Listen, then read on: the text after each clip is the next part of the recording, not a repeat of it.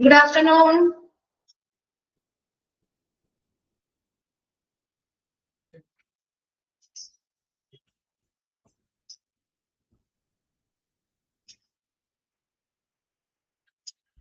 കുറച്ച് ദിവസമായില്ലേ കണ്ടിട്ട്.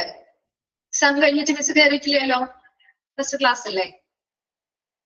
എളുപ്പമായിരുന്നോ? എക്സാം ഒക്കെ എളുപ്പമായിരുന്നോ? ഈസി ആയിരുന്നു. ഓക്കെ, ശരി. ഓൾറെഡി തേർഡ് മോഡ്യൂൾ ഒക്കെ ടീച്ചേഴ്സ് സ്റ്റാർട്ട് ചെയ്തിട്ടുണ്ടാവും അല്ലേ? സ്റ്റാർട്ട് ചെയ്തിട്ടില്ലേ?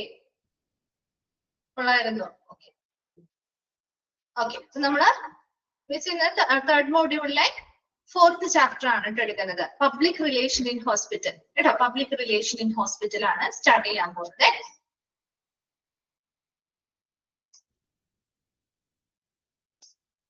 ഓക്കെ, നമ്മൾ ഫസ്റ്റ് ഒന്നും സ്റ്റാർട്ട് ആയി. ഓക്കെ, ശരി.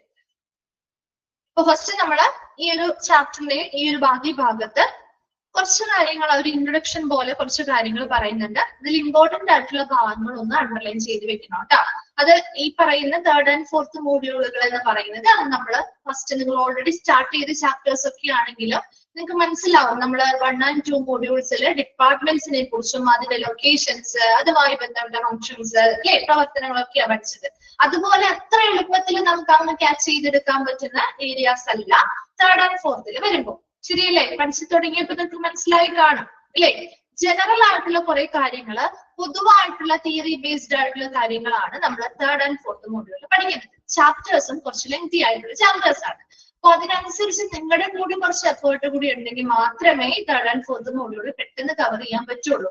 കാരണം നമ്മൾ ഓരോരുത്തർ അന്നെന്ന് പറഞ്ഞാൽ നമുക്ക് ഡിപ്പാർട്ട്മെന്റ് എങ്ങനെയാണ്, ഒരു ഡിപ്പാർട്ട്മെന്റിനെ കുറിച്ച് നിങ്ങൾ ടീച്ചേഴ്സ് ക്ലാസ് എടുക്കുമ്പോൾ ആ ക്ലാസ്സിൽ വെച്ച് നമ്മൾ ഒരുപാട് കാര്യങ്ങൾ പഠിച്ചു പോകുന്നുണ്ട് അല്ലേ? പിന്നെ നിങ്ങൾ ജസ്റ്റ് ഒന്ന് കുറച്ചു നേരം ഒന്ന് സമയം എടുത്തത് നോക്കിയാൽ നിങ്ങൾക്ക് ആ ഒരു ചാപ്റ്റർ വളരെ എളുപ്പത്തിൽ ഫോളോ ചെയ്യാൻ പറ്റും. അതേസമയം ഇതേപോലെയുള്ള തേർഡ് ആൻഡ് ഫോർത്ത് മോഡ്യൂളിലേക്ക് വരുമ്പോൾ പേടിപ്പിക്കാനൊന്നും പറയുന്നതല്ല കേട്ടോ. തേർഡ് ആൻഡ് ഫോർത്ത് മോഡ്യൂളിലേക്ക് വരുമ്പോൾ കുറച്ചുകൂടി ലെങ്തി ചാപ്റ്റർ ആണ്. കുറച്ചും കൂടി ഡീറ്റെയിൽഡ് ആയിട്ട്, കുറച്ചും കൂടി വളരെ ജനറലൈസ് ചെയ്താണ് ഓരോ കാര്യങ്ങളും കൊടുത്തിരിക്കുന്നത്.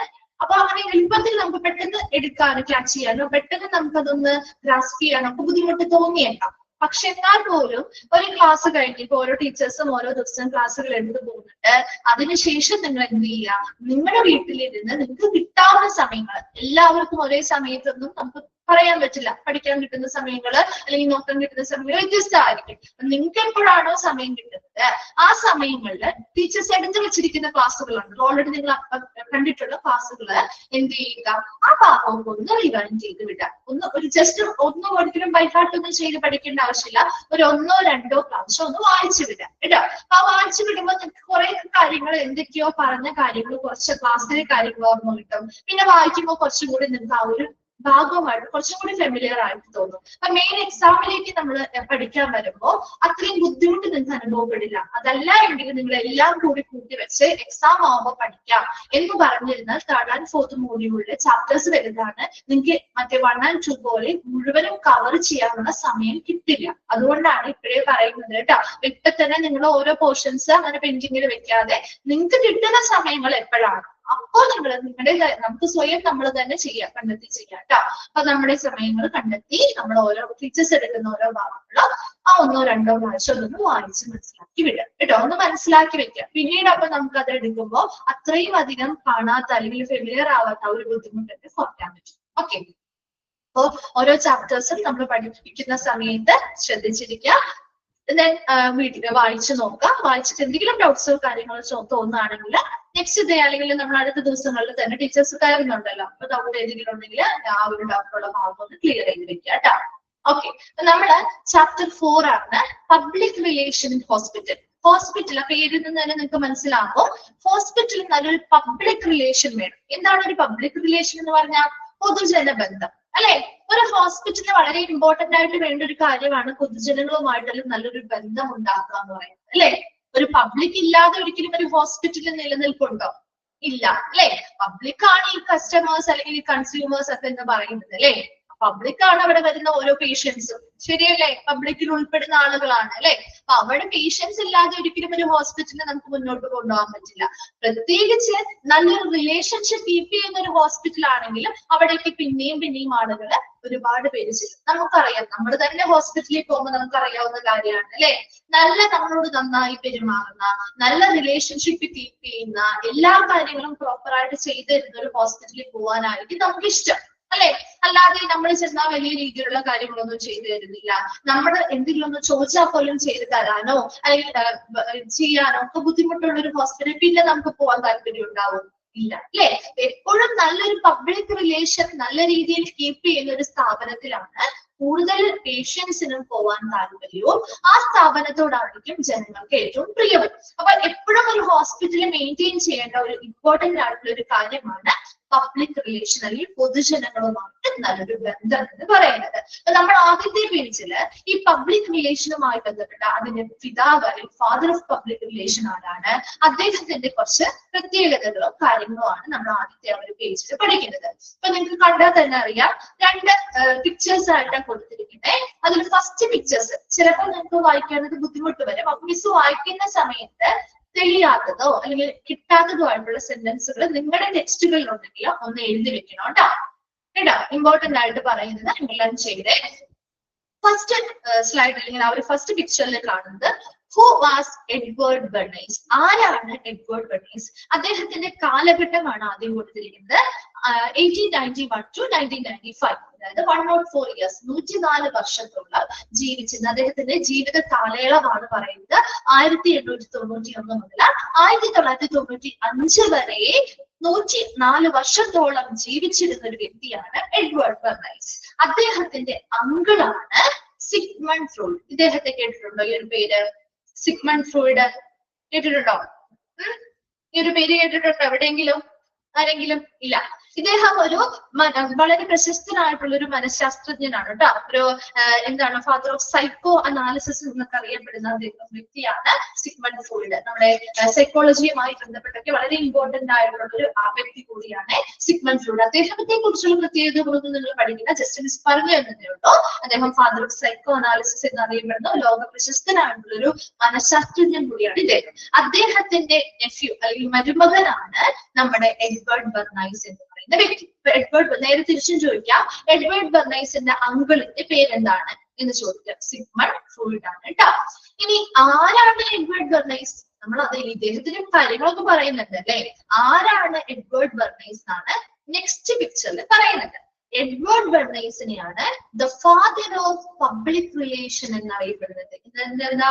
പബ്ലിക് റിലേഷന്റെ പിതാവ് എന്നറിയപ്പെടുന്ന വ്യക്തിയാണ് എഡ്വേർഡ് ബെർണൈസ്. ഇത് എപ്പോഴും ഈ ഒരു രണ്ട് ബോക്സിൽ നിന്നും എപ്പോഴും ഷുവർ ആയിട്ടും എന്തെങ്കിലും ക്വസ്റ്റ്യൻസ് വരാറുണ്ട്. അപ്പൊ ഒന്നാമത്തെ ക്വസ്റ്റ്യൻ മിസ് പറഞ്ഞു, എഡ്വേർഡ് ബെർണൈസിന്റെ അങ്കിളിന്റെ പേരെന്താണ്? സിഗ്മണ്ട് ഫ്രോയിഡ് ആണ്. അതൊന്നാമത്തെ നോട്ട് ചെയ്ത് വെക്കേണ്ട കാര്യം. രണ്ടാമത്തെ ക്വസ്റ്റ്യൻ ആണ്, who is the father of public relation? ആരാണ് പബ്ലിക് റിലേഷന്റെ പിതാവ്? ആരാണ്? എഡ്വേർഡ് ബെർണൈസ് ആണ്. പേര് തെറ്റിപ്പോവരുത് കേട്ടോ. സിഗ്മണ്ട് ഫ്രോയിഡ് എന്നൊക്കെ ഓപ്ഷൻ ഉണ്ടാവും, അപ്പൊ മാറിപ്പോവരുത്. എഡ്വേർഡ് ബെർണൈസ് ആണ് പബ്ലിക് റിലേഷന്റെ പിതാവ് എന്നറിയപ്പെടുന്നത്. ഇതും ചോദിക്കാനുള്ള ഒരു ഷുവർ ക്വസ്റ്റ്യൻ ആണ്. ദെൻ അടുത്തത്, he coined public relations council. അദ്ദേഹം ഒരു പബ്ലിക് റിലേഷനുമായി ബന്ധപ്പെട്ട ഒരു കൗൺസിൽ രൂപീകരിക്കുകയുണ്ടായി. അതോടൊപ്പം തന്നെ wrote his first PR book. Public റിലേഷനുമായി ബന്ധപ്പെട്ട അദ്ദേഹത്തിന്റെ ആദ്യത്തെ ഫസ്റ്റ് PR ബുക്കാണ് ക്രിസ്റ്റലൈസിംഗ് പബ്ലിക് ഒപ്പീനിയൻ. നിങ്ങൾ സ്പെല്ലിങ്സ് അല്ലെങ്കിൽ ക്ലിയർ അല്ലെങ്കിൽ ഒന്ന് എഴുതി വെക്കണം കേട്ടോ. ഇത് ചോദിക്കാറുള്ള ഒരു ക്വസ്റ്റ്യൻ ആണ്. ക്രിസ്റ്റലൈസിംഗ് പബ്ലിക് ഒപ്പീനിയൻ അദ്ദേഹത്തിന്റെ ബ്രോഡ് ഫസ്റ്റ് PR ബുക്കാണ്. ആരുടെ? എഡ്വേർഡ് ബെർണൈസിന്റെ ആദ്യത്തെ PR ബുക്കാണ് ക്രിസ്റ്റലൈസിംഗ് പബ്ലിക് ഒപ്പീനിയൻ. അപ്പൊ ചോദിക്കാറുണ്ട് കേട്ടോ, അദ്ദേഹത്തിന്റെ പബ്ലിക് റിലേഷനുമായി ബന്ധപ്പെട്ട ബുക്കിന്റെ പേരെന്ത്? ക്രിസ്റ്റലൈസിംഗ് പബ്ലിക് ഒപ്പീനിയൻ ഓപ്ഷൻ ഉണ്ടാവും, മറ്റു പല ഓപ്ഷൻസ് ഉണ്ടാവും. ഇത് മാറിപ്പോകരുത്. ക്രിസ്റ്റലൈസിംഗ് പബ്ലിക് ഒപ്പീനിയൻ. ഈ രണ്ട് ചോദ്യങ്ങൾ എപ്പോഴും ചോദിക്കാറുള്ളതാണ് കേട്ടോ. ഫാദർ ഓഫ് പബ്ലിക് റിലേഷൻ, അദ്ദേഹത്തിന്റെ ഫസ്റ്റ് PR ബുക്കിന്റെ പേര് ക്രിസ്റ്റലൈസിംഗ് പബ്ലിക് ഒപ്പീനിയൻ. എപ്പോഴും ഷുവർ ആയിട്ട് ക്വസ്റ്റ്യൻ പേപ്പേഴ്സിൽ ഫ്രീക്വന്റ് ആയിട്ട് കണ്ടിട്ടുള്ള ക്വസ്റ്റ്യൻസ് ആണ് കേട്ടോ. Then first PR course at New York university, അദ്ദേഹം എന്ത് ചെയ്തു? ന്യൂയോർക്ക് യൂണിവേഴ്സിറ്റിയിൽ ആദ്യമായിട്ട് എന്ത് ചെയ്തു? ന്യൂയോർക്ക് യൂണിവേഴ്സിറ്റിയിൽ PR കോഴ്സ് അല്ലെങ്കിൽ പബ്ലിക് റിലേഷൻ കോഴ്സ് പഠിപ്പിക്കുകയും ചെയ്തു. And the first course himself PR professional. അദ്ദേഹത്തെ തന്നെ സ്വയം എന്തെന്ന് വിശേഷിപ്പിച്ചു? PR പ്രൊഫഷണൽ അല്ലെങ്കിൽ പബ്ലിക് റിലേഷൻ പ്രൊഫഷണൽ എന്ന് അദ്ദേഹം സ്വയം അദ്ദേഹത്തെ വിശേഷിപ്പിക്കുകയും ചെയ്തു. അപ്പൊ എഡ്വേർഡ് ബെർണൈസിനെ കുറിച്ചുള്ള ഇത്രയും കാര്യങ്ങൾ വളരെ ഇമ്പോർട്ടന്റ് ആണ്. എഡ്വേർഡ് ബെർണൈസ് എന്ന് പറഞ്ഞാൽ ഫാദർ ഓഫ് പബ്ലിക് റിലേഷന്റെ പിതാവ് എന്നറിയപ്പെടുന്ന വ്യക്തിയാണ് എഡ്വേർഡ് ബെർണൈസ്. അദ്ദേഹത്തിന്റെ ജീവിത കാലഘട്ടം 1891 മുതൽ 1995 വരെയാണ്. 104 വർഷത്തോളം ജീവിച്ച വ്യക്തിയായിരുന്നു. അദ്ദേഹത്തിന്റെ അങ്കിളിന്റെ പേരാണ് സിഗ്മണ്ട് ഫ്രോയിഡ്. അതുപോലെ തന്നെ അദ്ദേഹം പബ്ലിക് റിലേഷനുമായി ബന്ധപ്പെട്ട കൗൺസിൽ രൂപീകരിച്ചു. അതുപോലെ അദ്ദേഹത്തിന്റെ ആദ്യത്തെ ഫസ്റ്റ് PR ബുക്കാണ് ക്രിസ്റ്റലൈസിംഗ് പബ്ലിക് ഒപ്പീനിയൻ. ദെൻ അദ്ദേഹം ന്യൂയോർക്ക് യൂണിവേഴ്സിറ്റിയിൽ ആദ്യമായി PR കോഴ്സ് പഠിപ്പിക്കുകയും ചെയ്തു. അതോടൊപ്പം അദ്ദേഹത്തെ സ്വയം വിശേഷിപ്പിച്ചു എന്തെന്ന്? PR പ്രൊഫഷണൽ എന്ന് അദ്ദേഹത്തെ സ്വയം വിശേഷിപ്പിക്കുകയും ചെയ്തു. ക്ലിയർ ആണോ? രണ്ട് പേജ് പറഞ്ഞത്, രണ്ടെണ്ണം പറഞ്ഞത് ക്ലിയർ ആണോ? വേഗം ഒന്ന് വായിച്ചു നോക്കാം കേട്ടോ. ഇമ്പോർട്ടന്റ് ആയിട്ടുള്ളത് അണ്ടർലൈൻ ചെയ്തിടാം. ഫസ്റ്റ് ഭാഗം പിക്ചേഴ്സ് ആണെന്ന് വിചാരിച്ചു ഒരിക്കലും ഒഴിവാക്കരുത്. എപ്പോഴും ക്വസ്റ്റ്യൻ വരാനുള്ള ഭാഗമാണ് കേട്ടോ. മിസ് പറഞ്ഞിരിക്കുന്ന 3 പോയിന്റ്സ് എപ്പോഴും സ്ഥിരം ക്വസ്റ്റ്യൻ വരാറുണ്ട്.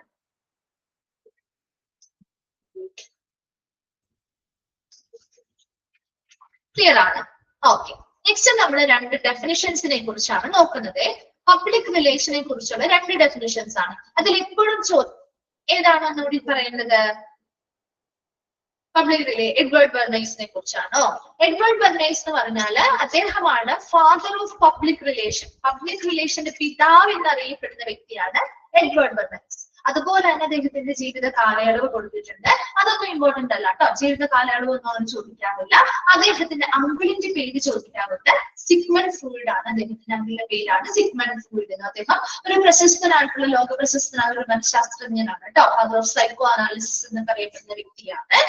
ഇനി മൂന്നാമതായിട്ട് ചോദിക്കാവുന്ന ഒരു ക്വസ്റ്റ്യൻ അദ്ദേഹത്തിന്റെ, അതായത് എഡ്വേർഡ് ബെർണൈസിന്റെ ആദ്യത്തെ PR ബുക്കിന്റെ പേര് ക്രിസ്റ്റലൈസിംഗ് പബ്ലിക് ഒപ്പീനിയൻ. ഈ 3 ക്വസ്റ്റ്യൻസ് ആണ് ചോദിക്കാറ് കേട്ടോ. ഓക്കെ, ഇനി നമ്മള് ഡെഫിനിഷൻസിലേക്ക് കടക്കുകയാണ്. ഡെഫിനിഷൻസിൽ ഈ ഫസ്റ്റ് ഡെഫിനിഷൻ ഒന്ന് നോട്ട് ചെയ്ത് വെക്കണേ. ജോൺ മില്ലറ്റിന്റെ ഡെഫിനിഷൻ ആണ്. 2 ഡെഫിനിഷൻ നമ്മൾ പഠിക്കുന്നുണ്ട്. പക്ഷെ എന്നാൽ പോലും എപ്പോഴും ക്വസ്റ്റ്യൻ പേപ്പേഴ്സിൽ കാണാറുള്ളതും ചോദിക്കാറുള്ളതും ഈ ഒരു ഡെഫിനിഷൻ ആണ്. ജോൺ മില്ലറ്റിന്റെ ഡെഫിനിഷൻ ആണ്. അദ്ദേഹത്തിന്റെ ഡെഫിനിഷനിൽ പറയുന്നത് public relation means knowing what the public hopes for and explaining how administration is satisfying these desires. അതായത് ഇദ്ദേഹം ജോൺ മില്ലറ്റ് പറയുന്നത് പബ്ലിക് റിലേഷൻ എന്ന് വെച്ചാൽ എന്താണ് അർത്ഥമാക്കുന്നത്?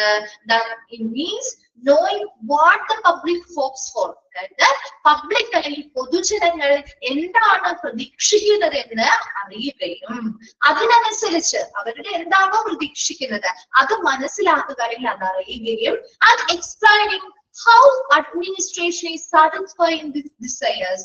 ആ അഡ്മിനിസ്ട്രേഷൻ അല്ലെങ്കിൽ ആ ഒരു ഭരണകൂടം ഈ ആഗ്രഹങ്ങളെ എങ്ങനെ തൃപ്തിപ്പെടുത്തുന്നു എന്നുള്ളതിനുള്ള ഒരു വിശദീകരണമാണ് പബ്ലിക് റിലേഷൻ എന്നാണ് ജോൺ മില്ലറ്റ് പറയുന്നത്. അതായത് നിങ്ങൾ ഇതിനെ എളുപ്പത്തിൽ നമ്മൾ എത്താൻ വേണ്ടിയിട്ട് നിങ്ങളൊന്ന് ഇപ്പൊ ഹോസ്പിറ്റലിൽ നമ്മൾ ഒരുപാട് സർവീസുകൾ കൊടുക്കുന്നുണ്ട് അല്ലെ. ഹോസ്പിറ്റലിൽ ഒരുപാട് സർവീസുകൾ കൊടുക്കുന്നുണ്ട്. ആ ഹോസ്പിറ്റലിലെ സർവീസുകളൊക്കെ എപ്പോഴും ആരുടെ ആഗ്രഹപ്രകാരമായിരിക്കണം അല്ലെങ്കിൽ ആര് പ്രതീക്ഷിക്കുന്ന പ്രകാരമായിരിക്കണം ആ ഹോസ്പിറ്റൽ സർവീസ് സെറ്റ് ചെയ്യേണ്ടത്? ആര് ആഗ്രഹിക്കുന്ന പ്രകാരമായിരിക്കണം? ആ ഒരു അവിടുത്തെ അഡ്മിനിസ്ട്രേഷൻ ആഗ്രഹിക്കുന്ന പ്രകാരമുള്ള സർവീസുകളാണോ സെറ്റ് ചെയ്യേണ്ടത്? ആണോ? അങ്ങനെ വരുമ്പോഴാണോ ഹോസ്പിറ്റലിലേക്ക് ഒരുപാട് ആളുകൾ വരിക? അല്ല. Very good. പേഷ്യൻസ് അല്ലെ. പേഷ്യൻസ് അല്ലെങ്കിൽ അവിടുത്തെ പബ്ലിക് എങ്ങനത്തെ സർവീസുകളാണ് വേണമെന്നാണോ ആഗ്രഹിക്കുന്നത് അതിനനുസരിച്ചുള്ള സർവീസുകൾ കൊണ്ടുവരുമ്പോഴാണ് അവിടേക്ക് കൂടുതൽ ആളുകൾ വരിക അല്ലെ. പേഷ്യൻസ് വിസിറ്റ് ചെയ്യാൻ വരാം അല്ലെ. ഇവിടെയും അത് തന്നെ ഉദ്ദേശിക്കുന്നത് നമ്മുടെ പബ്ലിക് ഒരു ഹോസ്പിറ്റലിൽ നിന്ന് ഒരു പബ്ലിക് ആഗ്രഹിക്കുന്ന, പൊതുജനങ്ങൾ ആഗ്രഹിക്കുന്ന അല്ലെങ്കിൽ പ്രതീക്ഷിക്കുന്ന ഒരുപാട് കാര്യങ്ങളുണ്ട് അല്ലെ. അവരുടെ പ്രതീക്ഷകൾ എന്താണെന്ന് മനസ്സിലാക്കുക അല്ലെ. ആ ഒരു പൊതുജനങ്ങൾ ആഗ്രഹിക്കുന്ന, എന്താണോ പ്രതീക്ഷിക്കുന്നത്, ഹോസ്പിറ്റലിൽ നിന്നും പൊതുജനങ്ങൾ എന്താണോ പ്രതീക്ഷിക്കുന്നത് അത് അറിയുകയും അതിനനുസരിച്ച് അവരുടെ ആഗ്രഹങ്ങൾ നിറവേറ്റുന്നതിന് വേണ്ടി അല്ലെങ്കിൽ അവരുടെ ആ ആഗ്രഹങ്ങളെ തൃപ്തിപ്പെടുത്തുന്നതിന് വേണ്ടിയിട്ട് ഉള്ള ഒരു വിശദീകരണം, തൃപ്തിപ്പെടുത്തുന്നതിന് വേണ്ടി ആ ഒരു അഡ്മിനിസ്ട്രേഷൻ അല്ലെങ്കിൽ ആ ഹോസ്പിറ്റലിലെ ഭരണകൂടം എന്തൊക്കെ കാര്യങ്ങൾ ചെയ്തു എന്നതിനെ കുറിച്ചുള്ള ഒരു വിശദീകരണമാണ് പബ്ലിക് റിലേഷൻ എന്നാണ് എന്തെന്ന് പറയും ജോൺ മില്ലറ്റിന്റെ ഡെഫിനിഷനിൽ പറയുന്നത്. അപ്പൊ നമുക്ക് എപ്പോഴും അറിയാം, നമ്മുടെ ഒരു ആഗ്രഹിക്കുന്ന, നമ്മുടെ പബ്ലിക് അല്ലെങ്കിൽ പൊതുജനങ്ങൾ ഹോസ്പിറ്റലിൽ നിന്ന് ഒരുപാട് കാര്യങ്ങൾ ആഗ്രഹിക്കുന്നുണ്ട്.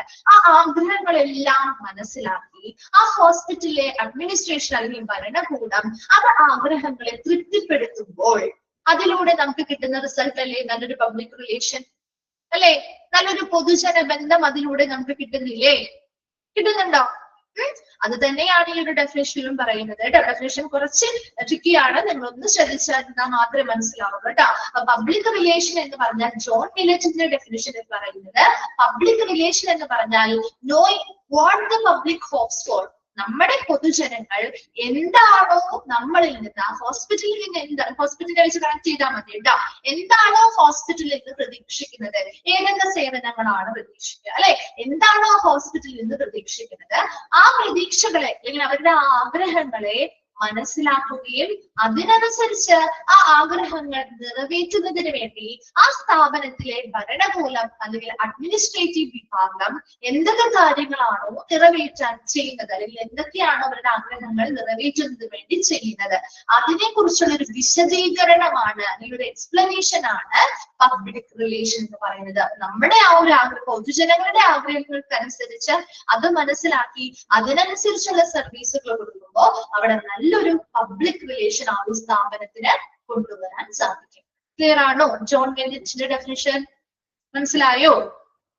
എനിക്ക് മാത്രമേ സ്ഥലത്തിലേക്ക് പോകുള്ളൂ കേട്ടോ. ക്ലിയർ ആക്കി വിടണേ. ഒരിക്കലും എന്താണ്, ക്ലിയർ അല്ലേ? ഓക്കെ ഓക്കെ ശരി. നെക്സ്റ്റ് അടുത്ത ഡെഫിനിഷൻ ആണ്. സെക്കൻഡ് ഡെഫിനിഷനിൽ പറയുന്നത് public relation is an organized process to influence public opinion through sound character and genuine performance on the basis of mutually satisfactory two-way communication. എന്ന് വെച്ചാൽ രണ്ടാമതായിട്ട് ഒരു പബ്ലിക് റിലേഷനെ കുറിച്ചുള്ള ഡെഫിനിഷൻ ആരാന്നൊന്നും പറയുന്നില്ല, ജസ്റ്റ് നിങ്ങളൊന്ന് മനസ്സിലാക്കി വെച്ചാൽ മതി കേട്ടോ. പബ്ലിക് റിലേഷൻ ജോൺ മില്ലറ്റിന്റെ ഡെഫിനിഷൻ നോട്ട് ചെയ്ത് വെക്കണേ, ചോദിക്കാറുണ്ട്. അത് ആ ഡെഫിനിഷൻ ആരാണ്, ആ ഡെഫിനിഷൻ ആരുടെയാണെന്ന് ചോദിക്കാറുണ്ട്, അല്ലെങ്കിൽ അത് എന്തിനെ കുറിച്ചുള്ള ഡെഫിനിഷൻ ആണെന്ന് ചോദിക്കാറുണ്ട്. അതിന്റെ പേരും മനസ്സിലാക്കി വെക്കണം കേട്ടോ. ഈ രണ്ടാമത്തെ ഡെഫിനിഷൻ നിങ്ങളൊന്ന് മനസ്സിലാക്കി വെച്ചാൽ മതി കേട്ടോ. Public relation is an organised process to influence the public opinion through sound character and genuine performance on the basis of mutually satisfactory two-way communication. അതായത് പരസ്പരം തൃപ്തികരമായിട്ടുള്ള ഒരു two-way ആശയവിനിമയത്തിന്റെ അടിസ്ഥാനത്തിൽ നല്ല സ്വഭാവത്തിലൂടെയും യഥാർത്ഥ പ്രകടനത്തിലൂടെയും പൊതുജനാഭിപ്രായത്തെ സ്വാധീനിക്കുന്നതിനുള്ളൊരു സംഘടിത പ്രക്രിയയാണ് പബ്ലിക് റിലേഷൻ എന്നാണ് പറഞ്ഞത്. ക്ലിയർ ആയോ? വല്ലത് മനസ്സിലായോ? ഇല്ല അല്ലെ. പബ്ലിക് റിലേഷൻ എന്ന് പറഞ്ഞാൽ ഇതിനൊരു എളുപ്പത്തിൽ നമുക്ക് ഇതിൽ എന്ത് പോവാന്നറിയോ? ഇപ്പൊ നമ്മളൊരു ഇലക്ഷൻ ഒക്കെ വരുന്ന സമയത്ത്, നമ്മളൊരു ഇലക്ഷൻ വരുമ്പോ നമ്മള് ഒരുപാട് സ്ഥാനാർത്ഥികൾ നിൽക്കും അല്ലെ. സിമ്പിൾ ആയിട്ട് മനസ്സിലാവാൻ വേണ്ടി എക്സാമ്പിൾ പറയുന്നതാണ്. ഒരുപാട് സ്ഥാനാർത്ഥികൾ നിൽക്കുന്നുണ്ടാവും അല്ലെ. അപ്പൊ ആ ഒരു സ്ഥാനാർത്ഥികളില് നമ്മൾ ആർക്കായിരിക്കും വോട്ട് ചെയ്യാം? അത് എന്തിന്റെ അടിസ്ഥാനത്തില് നമ്മൾ വോട്ട് ചെയ്യുന്നേ? നിങ്ങൾ ഓരോരുത്തരും എന്തിന്റെ അടിസ്ഥാനത്തിലാണ് ഒരു വ്യക്തിയുടെ എന്തൊക്കെ കാര്യങ്ങൾ നോക്കിയിട്ട് നിങ്ങൾ വോട്ട് ചെയ്യാം? വോട്ടൊന്നും കൊടുക്കാറില്ലേ? ചെയ്യാറില്ല ആരോ? പറഞ്ഞേ, എന്തൊക്കെ കാര്യങ്ങളുടെ അടിസ്ഥാനത്തിലാണ് നമ്മൾ ഒരാൾക്ക് വോട്ട് കൊടുക്കുക? എന്താണ്? നല്ല രീതിയിലുള്ള ഒരു ആശയവിനിമയത്തിനുള്ള ഒരു കഴിവ് വേണം. ശരിയാണ്. നല്ല രീതിയിലുള്ള ആക്ടിവിറ്റീസ് അല്ലെങ്കിൽ പ്രവർത്തനങ്ങൾ, നല്ല സോഷ്യൽ വർക്ക് ഒക്കെ ചെയ്യാനുള്ള കഴിവ് വേണം. ശരിയാണ്. മികച്ച നല്ലൊരു സ്വഭാവം ഉണ്ടായിരിക്കണം അല്ലെ? അതുപോലെ നല്ലൊരു ക്യാരക്ടർ ആയിരിക്കണം, നല്ല സ്വഭാവം, നമ്മളോട് എല്ലാവരോടും നല്ല രീതിയിൽ മിങ്കിൾ ചെയ്യുന്ന, നല്ല പബ്ലിക് റിലേഷൻസ് കീപ്പ് ചെയ്യുന്ന, നല്ല ക്യാരക്ടർ ഉള്ള ഒരു വ്യക്തി ആയിരിക്കണം, അല്ലെ? അതുപോലെ തന്നെ ജെനുവിൻ പെർഫോമൻസ് ആയിരിക്കണം, ശരിയല്ലേ? ജെനുവിൻ ആയിട്ടുള്ള ഒരു പ്രകടനം കാഴ്ചവെക്കുന്ന ആളായിരിക്കണം. അല്ലാതെ ഒരു ഇവിടെ വന്ന ഒരു കാര്യം പറഞ്ഞു അപ്പുറത്ത് ചെല്ലുമ്പോൾ അത് മാറ്റി പറയാം, അങ്ങനെയൊന്നുമല്ല. നമുക്ക് അങ്ങനെ വിശ്വാസമുള്ള അല്ലെങ്കിൽ അതെല്ലാം തികഞ്ഞ ഒരാളാണെന്ന് നമുക്ക് ബോധ്യം വരുന്ന ഒരാൾക്കാണ് നമ്മൾ വോട്ട് ചെയ്യുക, അല്ലെ? ചിലപ്പോ അവർ പ്രകടിപ്പിക്കുന്നതാവാം, എന്തോ ആയിക്കോട്ടെ. അപ്പൊ അങ്ങനെയുള്ള ഒരു വ്യക്തിക്കാണ് നമ്മൾ വോട്ട് കൊടുക്കുക, അല്ലെ? അപ്പൊ അവിടെ ഇപ്പോഴും അവിടെയും നമ്മൾ ഉദ്ദേശിക്കുന്നത് എന്ത് തന്നെയാണ്? ഒരു പബ്ലിക് റിലേഷൻ ഉണ്ടാക്കിയെടുക്കണമെങ്കിൽ അവര് ചെയ്യുന്ന കുറച്ച് കാര്യങ്ങളാണ്, അല്ലെ? മ്യൂച്വലി നല്ല രീതിയിലൊരു പരസ്പരം ആശയവിനിമയം നടത്തുന്നുണ്ട്, ശരിയല്ലേ? അതുപോലെ ഒരു മികച്ച സ്വഭാവം അവർ കീപ്പ് ചെയ്യുന്നുണ്ട്, അല്ലേ? അതുപോലെ ജെനുവിൻ പെർഫോമൻസ്, ഒരു നല്ല യഥാർത്ഥ പ്രകടനം കാഴ്ചവെക്കുന്നുണ്ട്. ഇങ്ങനെയുള്ള എല്ലാ കാര്യങ്ങളിലൂടെയും പബ്ലിക്കിന്റെ ആ ഒരു പൊതുജനത്തിന്റെ അഭിപ്രായത്തെ അവർ സ്വാധീനിക്കുന്നു, ശരിയാണോ? അവര് നല്ലൊരു വന്നിരിക്കുന്ന ഒരു 5 പേര് ഇലക്ഷൻ അല്ലെങ്കിൽ ഒരു 3 4 പേര് നിൽക്കുന്നുണ്ടെങ്കിൽ അതിൽ ഏറ്റവും നമുക്ക് കൂടുതൽ ആളുകൾക്ക് ഇഷ്ടപ്പെടുന്ന ഒരു വ്യക്തി ഉണ്ടാവും, അല്ലെ? അവർക്ക് എനിക്കൊരു വോട്ട് കൂടുതൽ കിട്ടുക, അല്ലെ? അപ്പൊ ആ വ്യക്തി എന്തുകൊണ്ടാണ് വോട്ട് കൂടുതൽ കിട്ടുന്നത്? മറ്റുള്ള ആളുകളുടെ അഭിപ്രായത്തിൽ അദ്ദേഹം വളരെ ജെനുവിൻ ആയിട്ട് പെർഫോം ചെയ്യുന്ന ആളാണെന്ന് തോന്നുന്നു, അല്ലെ? നല്ല മികച്ച ക്യാരക്ടർ അല്ലെങ്കിൽ സ്വഭാവമുള്ള ഒരാളാണെന്ന് തോന്നുന്നുണ്ട്. അതുപോലെ മ്യൂച്വൽ അങ്ങോട്ടും ഇങ്ങോട്ടും പരസ്പരം നല്ല രീതിയിൽ ആശയവിനിമയം നടത്തുന്ന ഒരാളാണെന്ന് തോന്നുന്നത് കൊണ്ടാണ്, അല്ലെ? അപ്പൊ ഇങ്ങനെയുള്ള സ്വഭാവങ്ങളുടെ സവിശേഷതകളൊക്കെ ഉപയോഗിച്ചുകൊണ്ട് പൊതുജനത്തിന്റെ അഭിപ്രായത്തെ അവർ സ്വാധീനിക്കുകയാണ് ചെയ്യുന്നത്, ശരിയാണോ? അപ്പൊ ആ ഒരു സ്വാധീനിക്കുന്ന ആ ഒരു സംഘടിത പ്രക്രിയയാണ് പബ്ലിക് റിലേഷൻ എന്നാണ് പറയുന്നത്. ഇത് നമുക്ക് നേരെ ഹോസ്പിറ്റലിലേക്ക് കൊണ്ടുവരാം, അല്ലെ? ഹോസ്പിറ്റലിലേക്ക് കൊണ്ടുവരുമ്പോ എങ്ങനെയാണ്? ഒരു ഹോസ്പിറ്റലിൽ കൊടുക്കുന്ന ഓരോ സർവീസുകളും അതെങ്ങനെയായിരിക്കണം? എങ്ങനെയാണെങ്കിൽ എങ്ങനെയുള്ള സർവീസുകൾ കൊണ്ടുവരുമ്പോഴാണ് നമുക്ക് പബ്ലിക്കിന്റെ ആ പൊതുജനങ്ങളെ സ്വാധീനിക്കാൻ സാധിക്കുന്നത്? എങ്ങനെയുള്ളപ്പോഴാണ്? എങ്ങനെയുള്ളപ്പോഴാണ്? എന്താണ് ഒരു റിപ്ലൈ ഇല്ലാതിരിക്കുന്നത്? എന്തെങ്കിലുമൊക്കെ പറയേ. എങ്ങനെയുള്ളപ്പോഴും നമുക്ക് നമ്മളെ ഒരു സ്ഥാപനം, നല്ല ഡോക്ടേഴ്സ്, നമ്മൾ ചെല്ലുമ്പോ അവിടുത്തെ എല്ലാ സ്റ്റാഫുകളും, ഡോക്ടേഴ്സ് മാത്രമല്ല അവിടുത്തെ എല്ലാ സ്റ്റാഫുകളും നന്നായിട്ട് നമ്മളോട് പെരുമാറുന്നു, ശരിയല്ലേ? മികച്ചതായിട്ട് പെരുമാറുമ്പോ, നല്ല ക്വാളിറ്റിയുള്ള കെയർ തരുമ്പോ, ശരിയാണ്, നല്ല രീതിയിലുള്ള ബിഹേവിയർ തരുമ്പോ, അല്ലെ? നല്ല യഥാർത്ഥത്തിലുള്ള പെർഫോമൻസ് അല്ലെങ്കിൽ പ്രകടനങ്ങളും സർവീസുകളും നമുക്ക് തരുമ്പോ, ശരിയല്ലേ? അതുപോലെ എല്ലാ കാര്യങ്ങളും നമ്മളോട് മ്യൂച്വലി എന്ത് ചെയ്യുന്നു? കമ്മ്യൂണിക്കേഷൻ നടത്തുന്നതിലൂടെ, അല്ലെ? അപ്പൊ അങ്ങനെയുള്ള ഒരു സ്ഥാപനമാണെങ്കിൽ അവിടെ നമ്മുടെ പബ്ലിക്കിന്റെ ആ സ്ഥാപനത്തെ കുറിച്ചുള്ള ഒരു ഒപ്പീനിയൻ അല്ലെങ്കിൽ അഭിപ്രായത്തെ നമുക്ക് സ്വാധീനിക്കാൻ സാധിക്കും, മനസ്സിലായോ? അതിനു വേണ്ടിയുള്ള ഒരു സംഘടിത പ്രക്രിയയാണ് പബ്ലിക് റിലേഷൻ എന്നാണ് രണ്ടാമത്തെ ഡെഫിനിഷനിൽ പറയുന്നത്. മനസ്സിലാവുന്നുണ്ടോ? മിസ് പറയുമ്പോ കണക്ട് ചെയ്യാൻ പറ്റുന്നുണ്ടോ? പബ്ലിക് റിലേഷൻ എന്ന് പറഞ്ഞാൽ എന്താണ്? പരസ്പരം mutually satisfactory to way communication, പരസ്പരം തൃപ്തികരമായിട്ടുള്ള ഒരു 2 വേ ആശയവിനിമയത്തിലൂടെ രണ്ടു കൂട്ടരും തന്നെ, പേഷ്യൻസ് ആയിക്കോട്ടെ ഹോസ്പിറ്റലുകാരായിട്ട്, അവർ തമ്മിൽ നല്ലൊരു മ്യൂച്വലി രണ്ടു കൂട്ടർക്കും സംതൃപ്തമായിട്ടുള്ള തൃപ്തികരമായിട്ടുള്ള ഒരു ആശയവിനിമയത്തിന്റെ അടിസ്ഥാനത്തിൽ ഒരു നല്ല സ്വഭാവത്തിലൂടെ, നല്ല പെരുമാറ്റങ്ങളിലൂടെ, നല്ല യഥാർത്ഥ പ്രകടനങ്ങളിലൂടെയും ആ പൊതുജനത്തിന്റെ അഭിപ്രായത്തെ സ്വാധീനിക്കുന്നതിനുള്ള ഒരു സംഘടിത പ്രക്രിയയാണ് പബ്ലിക് റിലേഷൻ എന്നാണ് രണ്ടാമത്തെ ഡെഫിനിഷനിൽ പറയുന്നത്. ക്ലിയർ ആണോ? വേഗം ആ 2 ഡെഫിനിഷൻസ് ഒന്ന് നോക്കി.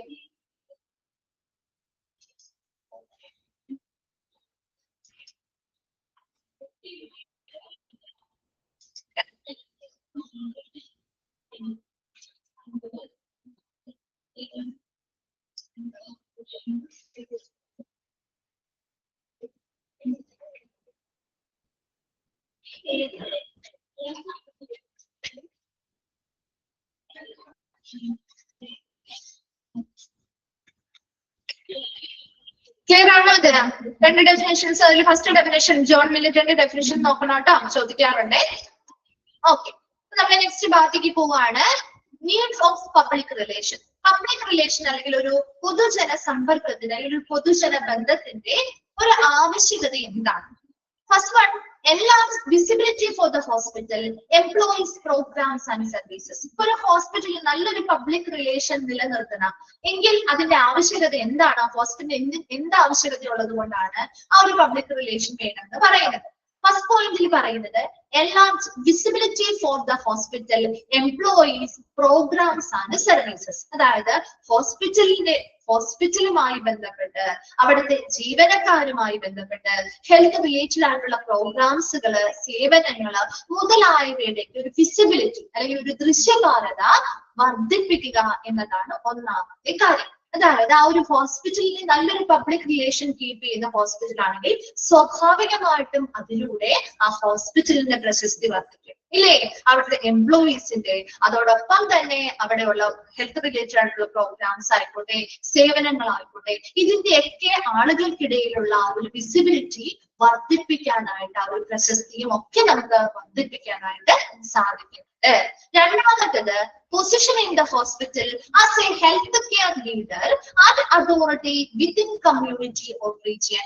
ഏതെങ്കിലും ഒരു പ്രത്യേക പ്രദേശം അല്ലെങ്കിൽ ഒരു കമ്മ്യൂണിറ്റിയുമായി ബന്ധപ്പെട്ട് ഒരു ഹെൽത്ത് കെയർ ലീഡർ അല്ലെങ്കിൽ ഒരു ആരോഗ്യ സംരക്ഷണ നേതാവ് അല്ലെങ്കിൽ ഒരു അധികാരി എന്ന നിലയിൽ ആ ഒരു ആശുപത്രിയെ സ്ഥാപിക്കുന്നതിന് വേണ്ടി നല്ലൊരു പബ്ലിക് റിലേഷൻ സഹായിക്കുന്നു.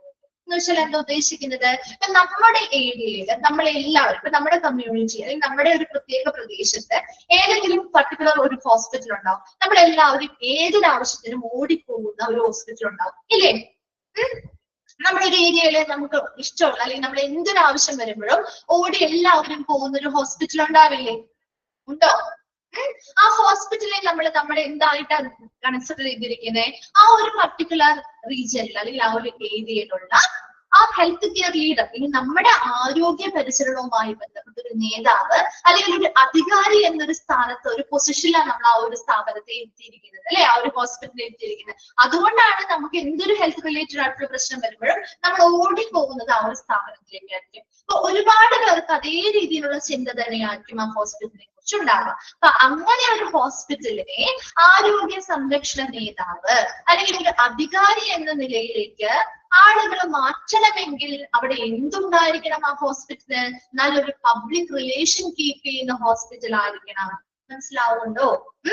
നല്ലൊരു പബ്ലിക് റിലേഷൻ കീപ്പ് ചെയ്യുന്ന, എല്ലാവർക്കും ഇഷ്ടമുള്ള ഒരു ആശുപത്രി ആണെങ്കിൽ മാത്രമേ കൂടുതൽ ആളുകൾ ആ ഒരു സ്ഥാപനത്തെ, ആ ഒരു ഏരിയയുടെ അതോറിറ്റി അല്ലെങ്കിൽ ആ ഒരു ഹെൽത്ത് കെയറുമായി ബന്ധപ്പെട്ട ലീഡർ അല്ലെങ്കിൽ അധികാരിയായിട്ട് ആ ഒരു പൊസിഷനിലേക്ക് ആ ഒരു ഹോസ്പിറ്റലിനെ കൊണ്ടുവരണമെങ്കിൽ അവിടെ നല്ലൊരു പബ്ലിക് റിലേഷൻ ആ സ്ഥാപനം കീപ്പ് ചെയ്തിരിക്കണം. ദെൻ മൂന്നാമത്തെ പോയിന്റ് പറയുന്നത് increase awareness of the hospital, total range of programs and services. അതോടൊപ്പം തന്നെ ആ ഹോസ്പിറ്റലിൽ നൽകുന്ന മുഴുവൻ റേഞ്ച് ഓഫ് പ്രോഗ്രാംസും സേവനങ്ങളും, അവർ കൊടുക്കുന്ന എല്ലാ പ്രോഗ്രാമുകളും എല്ലാ സർവീസുകളെയും കുറിച്ചുള്ള മൊത്തത്തിലുള്ള ഒരു അവയർനെസ് അല്ലെങ്കിൽ ഒരു അവബോധം വർദ്ധിപ്പിക്കാൻ സാധിക്കും. ദെൻ നാലാമത്തത് എൻഹാൻസ് ദ ഹോസ്പിറ്റൽ ഇമേജ്. ഹോസ്പിറ്റലിനെ കുറിച്ചുള്ള പൊതുജനങ്ങളുടെ ഒരു ഇമേജ് അല്ലെങ്കിൽ പൊതുജനങ്ങളുടെ മനസ്സിലെ ആ ഒരു ചിത്രത്തെ നമുക്ക് ഉയർത്തിക്കൊണ്ടുവരാൻ അല്ലെങ്കിൽ പ്രോത്സാഹിപ്പിക്കാൻ സാധിക്കും.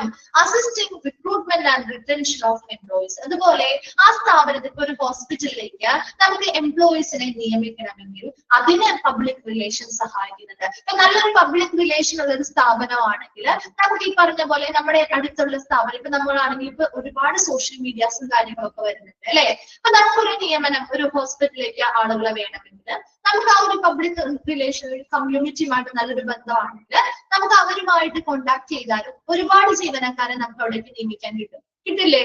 ഇപ്പൊ പ്രത്യേകിച്ച് സോഷ്യൽ മീഡിയാസ് കാര്യങ്ങളൊക്കെയാണ്. നമുക്ക് ഇഷ്ടമുള്ള ഒരു ഹോസ്പിറ്റലൊക്കെയാണെങ്കിൽ നമ്മൾ അവരുടെ വെബ്സൈറ്റുകള്, അവരുടെ വാട്സപ്പ് നമ്പേഴ്സ്, ഇതെല്ലാമായിട്ട് നമ്മൾ കണക്റ്റഡ് ആണ്, അല്ലെ? മീഡിയാസുമായി ബന്ധപ്പെട്ട് കണക്റ്റഡ് ആണ്, അല്ലെ? അപ്പൊ നമുക്ക് അങ്ങനെ എന്തെങ്കിലും ഒരു ആവശ്യമുണ്ട്, ആ ഒരു ഹോസ്പിറ്റലില് ഒരു എംപ്ലോയീസിനെ വേണം, റിക്രൂട്ട്മെന്റ് നടത്തണം, നിയമനം നടത്തണമെങ്കിൽ നല്ലൊരു പബ്ലിക് റിലേഷൻ ആണെങ്കിൽ ഒരു ഹോസ്പിറ്റൽ ആണെങ്കിൽ അത് ഒരിക്കലും ബുദ്ധിമുട്ട് വരില്ല, അല്ലെ? അതിന് നമ്മളെ സഹായിക്കുന്നുണ്ട്. അതുപോലെ റിട്ടൻഷൻ ഓഫ് എംപ്ലോയീസ്. നല്ല പബ്ലിക് റിലേഷൻ കീപ്പ് ചെയ്യുന്ന ഒരു സ്ഥാപനം എന്ന് പറയുമ്പോൾ അവിടുത്തെ എംപ്ലോയീസ്, അവിടെ വർക്ക് ചെയ്യുന്ന എംപ്ലോയീസ് ഇപ്പൊ പബ്ലിക്കിൽ ഉൾപ്പെടുന്ന ആളുകളാണ്, അല്ലെ? അവിടെ വർക്ക് ചെയ്യുന്ന എംപ്ലോയീസും പൊതുജനങ്ങളിൽ വരുന്ന ആളുകളാണ്. അവരുമായിട്ടും ഇവർ നല്ല രീതിയിലൊരു റിലേഷൻ അല്ലെങ്കിൽ ഒരു ബന്ധം കീപ്പ് ചെയ്യുന്നുണ്ടാവും. അപ്പൊ അങ്ങനെ നല്ലൊരു ബന്ധം കീപ്പ് ചെയ്യുന്ന ഒരു സ്ഥാപനമാണെങ്കിൽ അവിടെ ജോയിൻ ചെയ്യുന്ന അല്ലെങ്കിൽ അവിടെ നമ്മൾ നിയമിക്കുന്ന എംപ്ലോയീസ് അവിടെ നിന്ന് പിരിഞ്ഞു പോവോ? കുറവായിരിക്കും പിരിഞ്ഞു പോലെ അല്ലെ. അവിടെ നിലനിൽക്കാനായിട്ട് അല്ലെങ്കിൽ അവിടുത്തെ ആ ഒരു എംപ്ലോയീസിനെ നിലനിർത്താനായിട്ടും ഈ പബ്ലിക് റിലേഷൻ സഹായിക്കുന്നുണ്ട്. Then next പറയുന്നത് act as a foundation when unreal news about the hospital happen. ഇനി ഹോസ്പിറ്റലിനെ കുറിച്ച് നമ്മൾ പല ഹോസ്പിറ്റൽസിനെ കുറിച്ചും പല രീതിയിലുള്ള വാർത്തകൾ കേൾക്കാറുണ്ട്. കേൾക്കാറില്ലേ? പല ചിലപ്പോ അത് റിയൽ ആയിട്ടുള്ളതാവാം, ശരിയായിട്ടുള്ളതാവാം, അല്ലാത്തതും ആവാം കേട്ടോ. അപ്പൊ അങ്ങനെ എന്തെങ്കിലും ഫേക്ക് ആയിട്ടുള്ളതോ അൺറിയൽ ആയിട്ടുള്ള അല്ലെങ്കിൽ യഥാർത്ഥമല്ലാത്തതോ ആയിട്ടുള്ള ന്യൂസസോ കാര്യങ്ങൾ അല്ലെങ്കിൽ എന്തെങ്കിലും വാർത്തകളോ കാര്യങ്ങൾ ആ ഒരു ഹോസ്പിറ്റലിനെ കുറിച്ച് ഉണ്ടാവുകയാണെങ്കിൽ അതിന് അങ്ങനെ ഒരു ന്യൂസോ കാര്യങ്ങളോ അല്ലെങ്കിൽ വാർത്തകളൊക്കെ വരുമ്പോൾ അതിനൊരു അടിസ്ഥാനമായിട്ടൊരു നല്ല പബ്ലിക് റിലേഷൻ പ്രവർത്തിക്കും എന്നാണ് പറയുന്നത്. അപ്പൊ നല്ലൊരു പബ്ലിക് റിലേഷൻ കീപ്പ് ചെയ്യുന്ന നമുക്ക് ഇഷ്ടപ്പെട്ട ഒരു സ്ഥാപനത്തെ കുറിച്ചാണ് ഇങ്ങനെ ഒരു ന്യൂസ് വരുന്നതെങ്കിൽ നമ്മൾ വിശ്വസിക്കോ? നിങ്ങൾ വിശ്വസിക്കോ? നമുക്ക് പോയിട്ട് അങ്ങനെ ഒരു അനുഭവം ഒന്നും ഉണ്ടായിട്ടില്ല. വളരെ നല്ല രീതിയിലാണ് നമുക്ക് ഫീൽ ചെയ്തിരിക്കുന്നത്. അപ്പൊ ഇങ്ങനെ ഒരു അൺറിയൽ ആയിട്ടുള്ള അല്ലെങ്കിൽ യഥാർത്ഥ്യമല്ലാത്ത അല്ലെങ്കിൽ ഇങ്ങനെ ഒരു വാർത്ത കേൾക്കുമ്പോൾ നമുക്ക് ബുദ്ധിമുട്ടാണ് അല്ലെങ്കിൽ നമുക്ക് എന്താണ് ഇതൊരു മനസ്സിലാക്കാൻ അല്ലെങ്കിൽ അത് ഓക്കെ ആണെങ്കിൽ തന്നെ അവർ ചെയ്യുമോ എന്നൊക്കെ ഒന്ന് ചിലപ്പോ നമുക്കൊന്ന് വിശ്വസിക്കാനൊക്കെ ബുദ്ധിമുട്ടായിരിക്കും അല്ലെ. നമ്മളത് സ്വാഭാവികമായിട്ട് നമുക്ക് വിശ്വസിക്കാൻ മടിയായിരിക്കും. അല്ലെങ്കിൽ ചിലപ്പോ അത് ഫേക്ക് ആവാം, റിയൽ ആവാട്ടോ. അത് നമുക്ക് പറയാൻ പറ്റില്ല. റിയൽ അല്ല ഫേക്ക് ആണെങ്കിൽ അതുമായി ബന്ധപ്പെട്ട ആളുകളുടെ മനസ്സിൽ അത് ഇരിക്കില്ല, ഒരിക്കലും അത് അവർ വിശ്വസിക്കില്ല. അപ്പൊ ആ വിശ്വസിക്കാതിരിക്കാൻ വേണ്ടിയിട്ടുള്ളൊരു അടിസ്ഥാനമായിട്ട് നല്ലൊരു പബ്ലിക് റിലേഷൻ പ്രവർത്തിക്കുന്നുണ്ട്. ലാസ്റ്റ് പറയുന്നത് ഇംപ്രൂവ് എംപ്ലോയീസ് മൊറൈൽ. എംപ്ലോയീസിന്റെ മൊറൈൽ അല്ലെങ്കിൽ മനോവീര്യം അല്ലെങ്കിൽ കോൺഫിഡൻസ് ഒക്കെ നമുക്ക് മെച്ചപ്പെടുത്താൻ പറ്റും. കാരണം എന്താ, ഒരുപാട് ആളുകളുമായിട്ട് നമ്മൾ ഇടപഴകൽ നടത്തുമ്പോൾ സ്വാഭാവികമായിട്ടും അവിടുത്തെ എംപ്ലോയീസ് കൂടുതൽ അവരുടെ ഒരു കോൺഫിഡൻസും കാര്യങ്ങളും ഒക്കെ നമുക്ക് അതിലൂടെ വർദ്ധിപ്പിക്കാനും സാധിക്കുന്നുണ്ട്. അപ്പൊ നീഡ് ഓഫ് പബ്ലിക് റിലേഷന്റെ ആവശ്യകതകളാണ് പറയുന്നത്. ഫസ്റ്റ് വൺ എന്താ പറഞ്ഞത്, എല്ലാ വിസിബിലിറ്റി ഫോർ ദ ഹോസ്പിറ്റലിനെ കുറിച്ച്, അവിടുത്തെ എംപ്ലോയീസിനെ കുറിച്ച്, അവര് നൽകുന്ന ഹെൽത്ത് റിലേറ്റഡ് ആയിട്ടുള്ള പ്രോഗ്രാംസ്, സർവീസുകളെ കുറിച്ചൊക്കെയുള്ള കമ്മ്യൂണിറ്റി അല്ലെങ്കിൽ ആളുകളുടെ ഇടയിലുള്ള ഒരു ദൃശ്യകാരത അല്ലെങ്കിൽ വിസിബിലിറ്റി നമുക്ക് വർദ്ധിപ്പിക്കാനായിട്ട് സാധിക്കുന്നു. രണ്ടാമത്തെ പോയിന്റ് പറഞ്ഞത് positioning the hospital as a healthcare leader and authority within community or region. ആ ഒരു കമ്മ്യൂണിറ്റി അല്ലെങ്കിൽ ആ ഒരു പർട്ടിക്കുലർ റീജിയനിലുള്ള ആ ഹെൽത്ത് കെയർ അല്ലെങ്കിൽ ആരോഗ്യ പരിചരണ നേതാവ് അല്ലെങ്കിൽ അധികാരി എന്ന നിലയിലേക്ക് ആ ഒരു ഹോസ്പിറ്റലിനെ ഫേസ് ചെയ്യണം അല്ലെങ്കിൽ കൊണ്ടുവരണമെങ്കിൽ നല്ലൊരു പബ്ലിക് റിലേഷൻ കീപ്പ് ചെയ്താൽ മാത്രമേ പറ്റുകയുള്ളൂ. മൂന്നാമത്തെ point increase awareness of the hospital total range of programmes and services. നല്ലൊരു പബ്ലിക് റിലേഷൻ കീപ്പ് ചെയ്താൽ ആ ഹോസ്പിറ്റലിന്റെ മൊത്തത്തിലുള്ള പ്രോഗ്രാംസുകളെയും സർവീസുകളെയും കുറിച്ചുള്ള ഒരു അവബോധം ആളുകൾക്കിടയിൽ വർദ്ധിപ്പിക്കാൻ സഹായിക്കുന്നുണ്ട്. ദെൻ നാലാമത്തെ പോയിന്റ് എൻഹാൻസ് ഹോസ്പിറ്റൽ ഇമേജ്. നല്ല പബ്ലിക് റിലേഷൻ കീപ്പ് ചെയ്യുന്ന ഒരു ഹോസ്പിറ്റൽ ആണെങ്കിൽ അത് ആളുകളുടെ മനസ്സിൽ ആ ഒരു ഹോസ്പിറ്റലിനെ കുറിച്ചുള്ള ഒരു ചിത്രത്തെ നമുക്ക് ഉയർത്തിക്കൊണ്ടുവരാൻ സഹായിക്കുന്നുണ്ട്. Then assisting recruitment and retention of employees. എംപ്ലോയീസിന്റെ നിയമനത്തിന് സഹായിക്കുന്നു. അതോടൊപ്പം തന്നെ എംപ്ലോയീസ് അല്ലെങ്കിൽ ജീവനക്കാരെ അവിടെ നിലനിർത്താനും സഹായിക്കുന്നു. Then act as a foundation when unreal news about the hospital happen. ഒരു ഹോസ്പിറ്റലിനെ കുറിച്ച് അൺറിയൽ ആയിട്ടുള്ള യഥാർത്ഥ്യമല്ലാത്ത ഫേക്ക് ന്യൂസുകളോ കാര്യങ്ങളോ വന്നാൽ ആ വാർത്തകൾക്കെതിരെ ഒരു അടിസ്ഥാനമായിട്ട് എന്ത് പ്രവർത്തിക്കുന്നു, ഈ പറയുന്ന പബ്ലിക് റിലേഷൻ പ്രവർത്തിക്കുന്നുണ്ട്. അതോടൊപ്പം തന്നെ ഇംപ്രൂവ് എംപ്ലോയി മൊറൈൽസ്. എംപ്ലോയീസിന്റെ മനോവീര്യം അല്ലെങ്കിൽ കോൺഫിഡൻസും നമുക്ക് ഇതിലൂടെ മെച്ചപ്പെടുത്താൻ സാധിക്കും. വേഗം ഒന്ന് വായിച്ചു നോക്കിയേ നീഡ് ഓഫ് പബ്ലിക് റിലേഷൻ. ചോദിക്കാറുണ്ട് കേട്ടോ, നീഡ് ഓഫ് പബ്ലിക് റിലേഷനിൽ ഉൾപ്പെടുന്നത് ഏത് അല്ലെങ്കിൽ ഉൾപ്പെടാത്തത് ഏത് എന്ന രീതിയിൽ ക്വസ്റ്റ്യൻ വരാറുണ്ട്.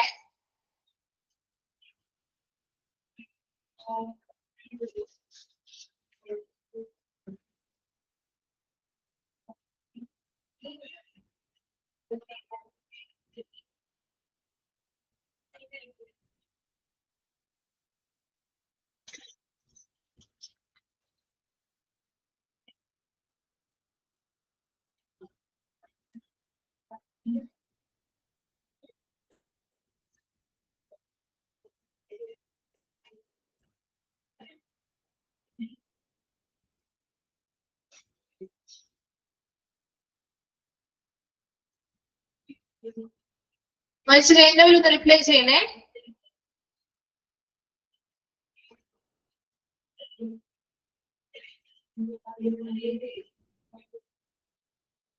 ക്ലിയർ ആണോ? Need of public relation okay അല്ലേ? ഓക്കെ. Then next ആണ് methods of maintaining public relation in the community. നമ്മുടെ കമ്മ്യൂണിറ്റിയിൽ അല്ലെങ്കിൽ നമ്മുടെ സമൂഹത്തില് ഒരു പബ്ലിക് റിലേഷൻ മെയിൻറ്റെയിൻ ചെയ്യാൻ അല്ലെങ്കിൽ നല്ലൊരു പൊതുജന ബന്ധം നിലനിർത്താൻ വേണ്ടിയിട്ടുള്ള മെത്തേഡുകളാണ് താഴെ പറയുന്നത്. പ്രധാനമായിട്ടും 2 മെത്തേഡുകളാണുള്ളത്. Operative മെത്തേഡും communicative മെത്തേഡും. ഇത് ഇമ്പോർട്ടന്റ് ആണ് കേട്ടോ. 2 മെത്തേഡുകൾ ഏതൊക്കെയാണെന്ന് ചോദിക്കാറുണ്ട്. ഓപ്പറേറ്റീവ് മെത്തേഡ് എന്ന് പറഞ്ഞാൽ എന്താ? പ്രവർത്തന രീതികളും. കമ്മ്യൂണിക്കേറ്റീവ് മെത്തേഡ് എന്താ? ആശയവിനിമയ രീതികളും. അതിൽ ഫസ്റ്റ് വൺ ആണ് നമ്മൾ നോക്കുന്നത് ആദ്യം. ഓപ്പറേറ്റീവ് മെത്തേഡ്, പ്രവർത്തന രീതികൾ. നമുക്കറിയാം നല്ല പ്രവർത്തനങ്ങളിലൂടെ നമുക്ക് നല്ല പൊതുജന ബന്ധം അല്ലെങ്കിൽ പൊതുജനങ്ങളുമായിട്ടുള്ള ബന്ധം നിലനിർത്താൻ പറ്റും അല്ലെ? നമ്മളിപ്പോ ഒരു ഹോസ്പിറ്റലിൽ ചെല്ലുമ്പോൾ അവർ നന്നായിട്ട് നമ്മളോട് എല്ലാ കാര്യങ്ങളും നല്ല പ്രവർത്തനങ്ങളാണ് അവർ കാഴ്ചവെക്കുന്നതെങ്കിൽ അതിലൂടെ നല്ലൊരു പബ്ലിക് റിലേഷൻ അല്ലെങ്കിൽ പൊതുജന ബന്ധം നിലനിർത്താൻ പറ്റില്ലേ? പറ്റുമോ? അല്ലെ? നല്ല പ്രവർത്തനങ്ങളിലൂടെ നമുക്ക് പൊതുജന ബന്ധം നിലനിർത്താനായിട്ട് സാധിക്കും. അപ്പൊ ഇവിടെയും ഈ ഓപ്പറേറ്റീവ് മെത്തേഡിലൂടെയും അത് തന്നെയാണ് പറയുന്നത്. These methods are basically related with every aspect of hospital operators, including those that are performed by workmen such as telephone operator, inquiry office personnel, admission office clerk മുതലായവ. അതായത് നമ്മളൊരു ഹോസ്പിറ്റലിൽ ചെയ്യും, സിമ്പിൾ ആയിട്ട് മനസ്സിലാക്കിയിരിക്കണം കേട്ടോ. നമ്മളൊരു ഹോസ്പിറ്റലിൽ ചെയ്യുമ്പോൾ ഒരുപാട് ആളുകളുമായിട്ട് നമ്മൾ ഇടപഴകുന്നുണ്ട് അല്ലെ? ബേസിക് ആയിട്ടുള്ള ലെവലിലുള്ള ആളുകൾ തുടങ്ങി. അതായത് അവിടുത്തെ ജീവനക്കാര് ഇപ്പോ ഒരു ടെലിഫോൺ നമ്മൾ ചിലപ്പോ അപ്പോയിന്റ്മെന്റുകൾക്ക് വേണ്ടി ടെലിഫോൺ ഓപ്പറേറ്റേഴ്സുമായിട്ട് കോൺടാക്ട് ചെയ്യാറുണ്ടായിരിക്കും അല്ലെ? ഇൻക്വയറി ഓഫീസ് പേഴ്സണൽസ് ഉണ്ടെങ്കിൽ നമ്മൾ അന്വേഷണങ്ങൾക്കായിട്ട് ചെയ്യാറുണ്ടായിരിക്കും. അതുപോലെ അഡ്മിഷൻ ഓഫീസ് ക്ലർക്കുമായി ബന്ധപ്പെട്ട് അഡ്മിഷൻസിന് വേണ്ടി ചെയ്യാറുണ്ടായിരിക്കും. ഇപ്പൊ ഇങ്ങനെയുള്ള എല്ലാവരുടെയും അങ്ങനെയുള്ള ഹോസ്പിറ്റലിലെ പ്രവർത്തനങ്ങൾ ചെയ്യുന്ന എല്ലാവരുമായിട്ട് അടിസ്ഥാനപരമായി ബന്ധപ്പെട്ട ഒരു മെത്തേഡാണ് ഓപ്പറേറ്റീവ് മെത്തേഡ് എന്ന് പറയുന്നത്. അതായത് ഇവിടെ ഉദ്ദേശിക്കുന്നത് എന്താണ്? ഇവരെല്ലാവരും പേഷ്യൻസുമായിട്ട് നേരിട്ടോ അല്ലാതെയോ ബന്ധം പുലർത്തുന്ന ആളുകളാണ്. ശരിയല്ലേ? ചിലര് നേരിട്ട് നമ്മുടെ റിലേഷനിൽ വരുന്നവരുണ്ടാവും, അല്ലെങ്കിൽ നേരിട്ട് കോണ്ടാക്റ്റിൽ വരുന്നവരുണ്ടാവും. അല്ലാതെയും നേരിട്ടല്ലാതെയും കോണ്ടാക്റ്റിൽ വരുന്ന ആളുകളാണ് അല്ലെ? നമ്മൾ പറയും പിന്നിൽ നിന്ന് പ്രവർത്തിക്കുന്നവരുണ്ട്, ബാക്ക് സൈഡിൽ നിന്ന് അല്ലെ പിന്നിൽ നിന്ന് പ്രവർത്തിക്കുന്ന ആളുകളുണ്ട്. ശരിയല്ലേ? അപ്പൊ ഇവരെല്ലാവരും ഒരേപോലെ പ്രവർത്തിക്കുമ്പോൾ, ഒരേപോലെ നന്നായി പ്രവർത്തിച്ചാൽ മാത്രമേ നമുക്ക് ആ ഒരു പബ്ലിക് റിലേഷൻ നല്ല രീതിയിൽ മെയിൻറ്റെയിൻ ചെയ്ത് കൊണ്ടുപോകാൻ പറ്റുള്ളൂ. അതാണ് ഇവിടുത്തെ ഓപ്പറേറ്റീവ് മെത്തേഡ് എന്ന് പറയുന്നത്. അപ്പൊ ഓപ്പറേറ്റീവ് മെത്തേഡ് അല്ലെങ്കിൽ പ്രവർത്തന രീതിയിലൊന്നുമല്ല, നല്ല പ്രവർത്തനങ്ങളിലൂടെ നമുക്ക് പൊതുജനങ്ങളുമായിട്ടുള്ള ഒരു ബന്ധം നിലനിർത്താൻ സാധിക്കും. അതില് ഈ പറയുന്ന ഹോസ്പിറ്റലിലെ എല്ലാ ഓപ്പറേറ്റേഴ്സും ഇതിൽ അടിസ്ഥാനപരമായി ബന്ധപ്പെട്ടിരിക്കുന്നു.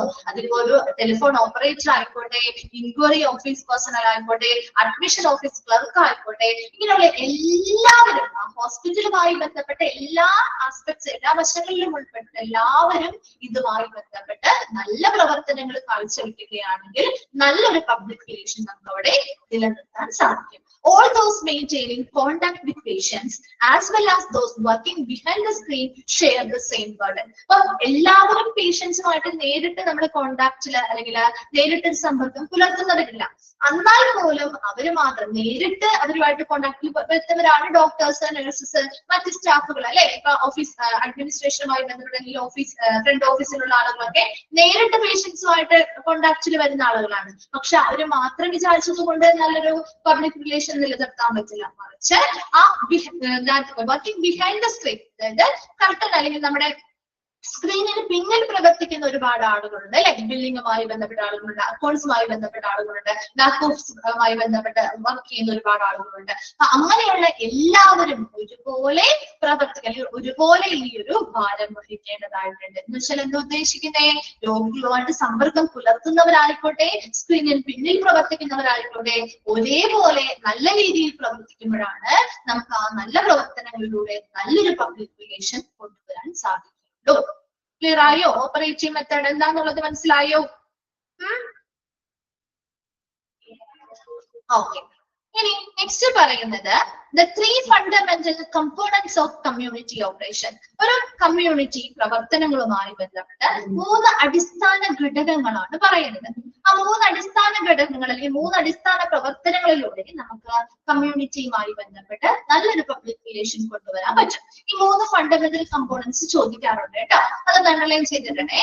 ഫസ്റ്റ് വൺ ആണ് ജോയ്ഫുൾ ആൻഡ് പൊളൈറ്റ് ബിഹേവിയർ. ഇപ്പൊ നമ്മളൊരു ഹോസ്പിറ്റലിലേക്ക് ചെല്ലുമ്പോൾ നമ്മളോട് അവിടുത്തെ എല്ലാ എംപ്ലോയീസും വളരെ സന്തോഷകരമായിട്ടുള്ള ഒരു മാന്യമായിട്ടുള്ള ഒരു പെരുമാറ്റമാണ് തരുന്നതെങ്കിൽ നമുക്ക് ആ ഒരു സ്ഥാപനത്തോട് ആ ഒരു പെരുമാറ്റത്തോട് നമുക്കൊരു ഇഷ്ടം തോന്നും അല്ലെ? ആ സ്ഥാപനത്തോട് ഒരു നല്ലൊരു ബന്ധം തോന്നും അല്ലെ? തോന്നോ? അതാണ് ഒന്നാമത്തെ ഫണ്ടമെന്റൽ കമ്പോണന്റ് എന്ന് പറയുന്നത്, ജോയ്ഫുൾ ആൻഡ് പൊളൈറ്റ് ബിഹേവിയർ. വളരെ സന്തോഷകരവും മാന്യവുമായിട്ടുള്ള ഒരു പെരുമാറ്റം. രണ്ടാമത്തത് ക്വിക്ക് ആൻഡ് എഫിഷ്യന്റ് ട്രീറ്റ്മെന്റ്. വളരെ വേഗമേറിയതും കാര്യക്ഷമവുമായിട്ടുള്ള ചികിത്സ നൽകുക. അല്ലാതെ നമ്മൾ ചെന്നിരുന്ന് ഒരുപാട് സമയം നമ്മളെ വെയിറ്റ് ചെയ്യിപ്പിച്ച് ഒരുപാട് നേരം കഴിഞ്ഞ് നമുക്ക് ഒരു ട്രീറ്റ്മെന്റ് തരുന്നു. ആ ട്രീറ്റ്മെന്റും നമുക്ക് അത്ര എഫക്റ്റീവ് അല്ല എങ്കിൽ അതൊരു നല്ല റിലേഷൻഷിപ്പ് കൊണ്ടുപോകാൻ പറ്റുന്ന ഒരു കാര്യമല്ല. അതേസമയം വളരെ വേഗത്തിലും വളരെ കാര്യക്ഷമമായിട്ടും നമുക്ക് ചികിത്സകൾ നൽകുക എന്നത് രണ്ടാമത്തെ കാര്യം. ഇതെല്ലാം നമ്മളൊരു ഹോസ്പിറ്റൽ അല്ലെങ്കിൽ സ്ഥാപനത്തിൽ നിന്നും ഹോസ്പിറ്റലിൽ നിന്നും പ്രതീക്ഷിക്കുന്ന കാര്യങ്ങൾ തന്നെയാണ് അല്ലെ? മൂന്നാമത്തെ ഫണ്ടമെന്റൽ കമ്പോണന്റ് ആണ് clear environment and well appearance of the workers. വർക്കേഴ്സിന്റെ ഒക്കെ ഒരു നല്ലൊരു അപ്പിയറൻസ്, അതുപോലെ തന്നെ ഒരു വൃത്തിയുള്ള ഒരു അന്തരീക്ഷം അല്ലെ? ഈ 3 കാര്യങ്ങൾ, ഇതെല്ലാം ഈ 3 അടിസ്ഥാന ഘടകങ്ങളാണ്. നല്ലൊരു കമ്മ്യൂണിറ്റി പ്രവർത്തനവുമായി ബന്ധപ്പെട്ട 3 അടിസ്ഥാന ഘടകങ്ങളാണ് joyful and polite behavior, quick and efficient treatment, clear environment and well appearance of the workers. Clear ആണോ? അത് 3 ചോദിക്കാറുണ്ടേ. 3 ഫണ്ടമെന്റൽ കമ്പോണൻസ് ഏതൊക്കെയാണ് എന്ന് ചോദിക്കാറുള്ളതാണ് കേട്ടോ. ഇമ്പോർട്ടന്റ് ആണ്, നോട്ട് ചെയ്ത് വെക്കുക.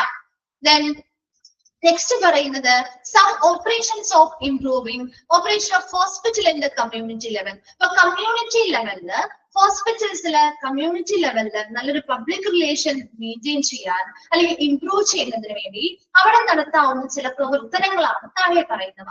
അതിൽ ഫസ്റ്റ് വൺ ആണ് A high quality patient care is the basis of good public relation.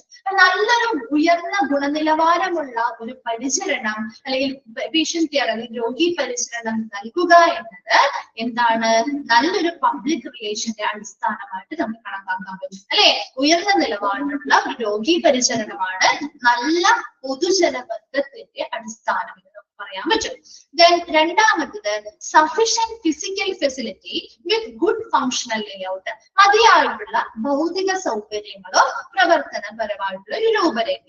Waiting room with benches of chairs, water, refreshment facility in the outpatient department. ഇപ്പൊ നമ്മൾ ഔട്ട് പേഷ്യന്റ് ഡിപ്പാർട്ട്മെന്റ് ഹോസ്പിറ്റലിൽ പോയി അറിയാലോ, out patient department consultation ഒക്കെ വേണ്ടി ഇരിക്കുമ്പോൾ അവിടെ നമുക്ക് മതിയായിട്ടുള്ള ഭൗതിക സൗകര്യങ്ങളും ഫങ്ഷണൽ ലേഔട്ട് ഒക്കെ ഉണ്ടാവും. എന്ന് വെച്ചാൽ വെയിറ്റിംഗ് റൂമുകൾ ഉണ്ടാവും, ആവശ്യമായിട്ടുള്ള ബെഞ്ചസോ ചെയർസോ ഒക്കെ ഇട്ടിട്ടുണ്ടാവും ഇല്ലേ? ബെഞ്ചസും ചെയർസും ഒക്കെ ഇട്ടിട്ടില്ലേ? വാട്ടർ ഫെസിലിറ്റി ഉണ്ടാവും, റിഫ്രഷ്മെന്റിന് വേണ്ടി ഇപ്പൊ ടോയ്ലറ്റ് സൗകര്യങ്ങളോ കാര്യങ്ങളോ വേണമെങ്കിൽ അതിന്റെ സൗകര്യം ഉണ്ടാവും. പിന്നെ അതുപോലെ തന്നെ എൻജോയ് ചെയ്യാൻ വേണ്ടിയിട്ട് ഇപ്പൊ ചില സ്ഥലങ്ങളിലാണെങ്കിലും ടി വി അല്ലെ, ടെലിവിഷൻസ് കാര്യങ്ങളൊക്കെ വെച്ചിട്ടുണ്ടാവും അല്ലെ? അങ്ങനെയുള്ള സഫിഷ്യന്റ് ആയിട്ടുള്ള മതിയായിട്ടുള്ള ഭൗതിക സൗകര്യങ്ങൾ ഒരുക്കി നൽകുക. മൂന്നാമത്തത് making others happy, one must be happy himself. നമ്മൾ മറ്റുള്ളവരെ സന്തോഷിപ്പിക്കണമെങ്കിൽ നമ്മൾ ആദ്യം നമ്മൾ സ്വയം സന്തുഷ്ടവാന്മാരായിരിക്കണം അല്ലെ? ഗുഡ് മൊറൈൽ ഓഫ് അവിടുത്തെ എംപ്ലോയീസ് എങ്ങനെയായിരിക്കണം എന്നുള്ളതാ പറയുന്നത്. Good morale of workers not only improves efficiency but workers with high morale work in a positive manner with one another and also with the patients in the community. അപ്പൊ അവിടെ വരുന്ന ഓരോ പേഷ്യൻസിനോടും നല്ല രീതിയിൽ എംപ്ലോയീസ് വർക്ക് ചെയ്യണമെങ്കിൽ ആ എംപ്ലോയീസിന് നല്ലൊരു confidence അല്ലെങ്കിൽ മനോവീര്യം ഉണ്ടായിരിക്കണം. അപ്പൊ നല്ല മനോവീര്യം അല്ലെങ്കിൽ നല്ലൊരു കോൺഫിഡൻസ് ലെവലുള്ള എംപ്ലോയീസ് ആണെങ്കിൽ അവരുടെ കാര്യക്ഷമത വർദ്ധിപ്പിക്കുന്നു, അവർ മറ്റുള്ളവരുമായിട്ട് നല്ലൊരു പോസിറ്റീവായ രീതിയിൽ ഇടപെടലുകൾ നടത്തുന്നു. മറ്റുള്ളവരുമായിട്ട് മാത്രമല്ല അവിടെ വരുന്ന പേഷ്യൻസുമായിട്ട് നല്ല രീതിയിലുള്ള ഇടപെടലുകൾ നടത്തുന്നു. Then അടുത്ത പോയിന്റിൽ പറയുന്നത് operating efficiency with effective coordination among all clinical departments and other supportive services arise from good administration, organization structure, policies, procedures and authority and responsibility should be clearly understood by each staff. ഇപ്പൊ അതുപോലെ തന്നെ അവിടെ ആ ഒരു സ്ഥാപനവുമായി ബന്ധപ്പെട്ട് അവിടുത്തെ നല്ലൊരു ഭരണകൂടം അവിടെയുണ്ട്. നല്ല പരമായിട്ടുള്ള നല്ലൊരു കാര്യങ്ങൾ അല്ലെങ്കിൽ നല്ലൊരു ഭരണകൂടം ആ ഒരു സ്ഥാപനത്തിനുണ്ട്. നല്ലൊരു ഓർഗനൈസേഷനിൽ ഒരു സ്ട്രക്ചർ അല്ലെങ്കിൽ ഒരു ഘടനയുണ്ട്. കൃത്യമായിട്ടുള്ള പോളിസികളും പ്രൊസീജിയേഴ്സ് ഉണ്ട്. അപ്പൊ ഇതിലൂടെയൊക്കെ എന്ത് ചെയ്യുക, ഒരു മികച്ച രീതിയിലുള്ളൊരു നല്ല സപ്പോർട്ടീവ് ആ സ്ഥാപനത്തിന് നല്ല സപ്പോർട്ടീവ് സർവീസ് കൊടുക്കുന്ന ആളുകളോട് അല്ലെങ്കിൽ മറ്റ് ക്ലിനിക്കൽ ഡിപ്പാർട്ട്മെന്റുകളുടെയൊക്കെ ഇടയിൽ ഒരു എഫക്റ്റീവ് ആയിട്ടുള്ള ഒരു കോർഡിനേഷൻ, നല്ലൊരു സഹകരണ മനോഭാവം ഉണ്ടാക്കിയെടുക്കുക. വളരെ കാര്യക്ഷമമായിട്ടുള്ള ഫലപ്രദമായിട്ടുള്ള ഒരു കോർഡിനേഷൻ അല്ലെങ്കിൽ ഒരു ഏകോപികരണം അല്ലെങ്കിൽ ഒരു എന്താണ് പറയുക, ഒരു സഹകരണം നമ്മുടെ ക്ലിനിക്കൽ ഡിപ്പാർട്ട്മെന്റുകളുടെ ഇടയിൽ അതുമായി സഹകരിച്ചു പോകുന്ന മറ്റ് സപ്പോർട്ടീവ് സർവീസുകളുടെ ഇടയിലൊക്കെ ഉണ്ടാക്കിയെടുക്കണമെങ്കിൽ അതിനവിടെ എന്ത് വേണം? നല്ലൊരു മികച്ച ഒരു അഡ്മിനിസ്ട്രേഷൻ അല്ലെങ്കിൽ ഒരു ഭരണതലം വേണം. നല്ലൊരു മികച്ച ഘടന, ഒരു ഓർഗനൈസേഷണൽ സ്ട്രക്ചർ അല്ലെങ്കിൽ ഘടന വേണം. മികച്ച പോളിസികളും പ്രൊസീജിയേഴ്സും ഉണ്ടായിരിക്കണം. അതുപോലെ തന്നെ ഓരോരുത്തരും ചെയ്യേണ്ട അവരുടെ അധികാരങ്ങളും അവരുടെ ഉത്തരവാദിത്തങ്ങളും അവിടുത്തെ ഓരോ സ്റ്റാഫിനും വ്യക്തമായിട്ട് മനസ്സിലാക്കുകയും അല്ലെങ്കിൽ ധാരണയുണ്ടാവുകയും വേണം. അപ്പൊ ഈ 4 എണ്ണവും നമ്മുടെ ഹോസ്പിറ്റലുമായി ബന്ധപ്പെട്ട് കമ്മ്യൂണിറ്റി ലെവലില് നല്ലൊരു പബ്ലിക് റിലേഷൻ നിലനിർത്തുന്നതിന് വേണ്ടിയിട്ട് ചെയ്യാൻ പറ്റുന്ന കുറച്ച് പ്രവർത്തനങ്ങളാണ്. അതിൽ ഫസ്റ്റ് വൺ നമ്മൾ പറഞ്ഞത് ഒരു ഉയർന്ന ഗുണനിലവാരമുള്ള രോഗി പരിചരണമാണ് ഒരു മികച്ച പൊതുജനബന്ധത്തിന്റെ അടിസ്ഥാനം എന്ന് പറയുന്നത്. രണ്ടാമത്തെ പോയിന്റിൽ പറയുന്നത് മതിയായിട്ടുള്ള ഭൗതിക സൗകര്യങ്ങളും പ്രവർത്തന രൂപരേഖയും കൊണ്ടുവരിക. അതായത് ഇവിടെ ഉദ്ദേശിക്കുന്നത് വെയിറ്റിംഗ്, ഇപ്പോൾ നമ്മളൊരു ഔട്ട് പേഷ്യന്റ് ഡിപ്പാർട്ട്മെന്റിലേക്ക് ചെല്ലുമ്പോൾ അവിടെ വെയിറ്റിംഗ് റൂമുകൾ, മതിയായിട്ടുള്ള ബെഞ്ചുകളും ചെയർസും ഒക്കെ ഉണ്ടാവുക, വാട്ടർ ഫെസിലിറ്റി കൊടുക്കുക, റിഫ്രഷ്മെന്റ് ഫെസിലിറ്റീസ് ഒക്കെ കൊടുത്ത് അങ്ങനെ ഒരു നല്ല മതിയായ ഒരു ഫിസിക്കൽ ഫെസിലിറ്റി അല്ലെങ്കിൽ ഭൗതിക സൗകര്യങ്ങൾ അവർക്ക് ഒരുക്കി നൽകുക. മൂന്നാമത്തത് അവിടുത്തെ ഓരോ എംപ്ലോയീസും അവർ സ്വയം സന്തുഷ്ടരായാൽ മാത്രമേ നമുക്ക് മറ്റുള്ളവരെ സന്തോഷിപ്പിക്കാൻ പറ്റുള്ളൂ. അപ്പൊ അങ്ങനെ നല്ല സന്തോഷവാന്മാരായിട്ടുള്ള, നല്ല കോൺഫിഡൻസ് അല്ലെങ്കിൽ നല്ല മനോവീര്യമുള്ള ഓരോ എംപ്ലോയീസിനും അവർക്ക് സ്വയമേയും അവർക്ക് മറ്റുള്ളവരോടൊക്കെ നല്ല രീതിയിൽ പോസിറ്റീവായ രീതിയിൽ അവിടെ വരുന്ന ഓരോ പേഷ്യൻസിനോടും വളരെ പോസിറ്റീവായ രീതിയിൽ ഇടപഴകാനായിട്ട് അവരുമായിട്ട് പ്രവർത്തിക്കാനായിട്ട് സാധിക്കുകയും ചെയ്യുന്നു. ദെൻ നാലാമത്തത് പറഞ്ഞത് ഒരു വളരെ എഫക്റ്റീവ് ആയ എഫിഷ്യന്റ് ആയിട്ടുള്ള ഒരു കോർഡിനേഷൻ അവിടുത്തെ എല്ലാ ക്ലിനിക്കൽ ഡിപ്പാർട്ട്മെന്റുകൾ തമ്മിലായിക്കോട്ടെ, മറ്റ് സപ്പോർട്ടീവ് ആയിട്ടുള്ള സർവീസുകൾ തമ്മിലായിക്കോട്ടെ, ഒരു മികച്ച ഫലപ്രദമായിട്ടുള്ള കാര്യക്ഷമമായിട്ടുള്ള ഒരു കോർഡിനേഷൻ ഉണ്ടാക്കിയെടുക്കണമെങ്കിൽ ആദ്യം അവിടെ വേണ്ടത് ഒരു നല്ല ഭരണ സംവിധാനം വേണം, നല്ലൊരു ഓർഗനൈസേഷണൽ ഘടന വേണം, നല്ല പോളിസികളും പ്രൊസീജിയേഴ്സും ഉണ്ടായിരിക്കണം. അതോടൊപ്പം തന്നെ ഓരോ സ്റ്റാഫുകൾക്കും അവരുടെ അധികാരങ്ങൾ എന്താണ്, അവർ ചെയ്യേണ്ട റെസ്പോൺസിബിലിറ്റീസ് അല്ലെങ്കിൽ ഉത്തരവാദിത്തങ്ങൾ എന്താണ് എന്നതിനെ കുറിച്ച് കൃത്യമായിട്ടുള്ളൊരു ധാരണയും ഉണ്ടായിരിക്കണം. അങ്ങനെ വരുമ്പോൾ അവർ കൃത്യമായിട്ട് അവരുടേതായ റെസ്പോൺസിബിലിറ്റീസ് അവർ ഓരോരുത്തരും മികച്ചതായിട്ട് ചെയ്യുകയും അവിടെ വരുന്ന ഓരോ പേഷ്യൻസിനും മതിയായിട്ടുള്ള പരിചരണങ്ങളും നല്ല ക്വാളിറ്റിയുള്ള കെയറും നല്ല പെരുമാറ്റങ്ങളും ഒക്കെ ഇവരിൽ നിന്ന് കിട്ടുമ്പോൾ അതിലൂടെ നല്ലൊരു പബ്ലിക് റിലേഷൻ നമുക്ക് ഉണ്ടാക്കിയെടുക്കാൻ സാധിക്കും. വേഗം ഒന്ന് വായിച്ചു നോക്കാം കേട്ടോ. ഒരു ഭാഗം ഓപ്പറേറ്റീവ് മെത്തേഡ് വായിക്കാം കേട്ടോ.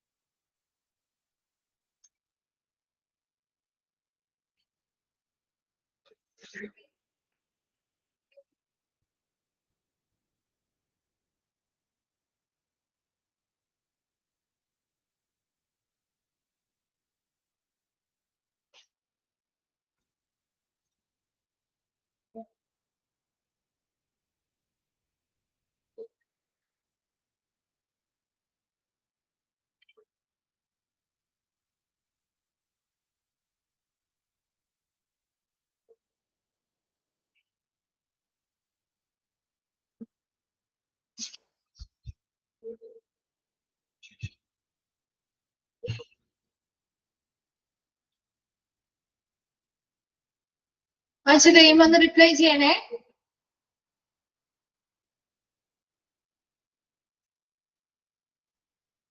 ക്ലിയർ ആണോ? ഓപ്പറേറ്റീവ് മെത്തേഡ് മനസ്സിലായോ? ഓക്കെ അല്ലേ? ഓക്കെ. നെക്സ്റ്റ് വൺ ആണ് കമ്മ്യൂണിക്കേറ്റീവ് മെത്തേഡ്, ആശയവിനിമയ രീതികൾ. ജസ്റ്റ് നമുക്കൊന്ന് പറഞ്ഞു വെക്കാം കേട്ടോ.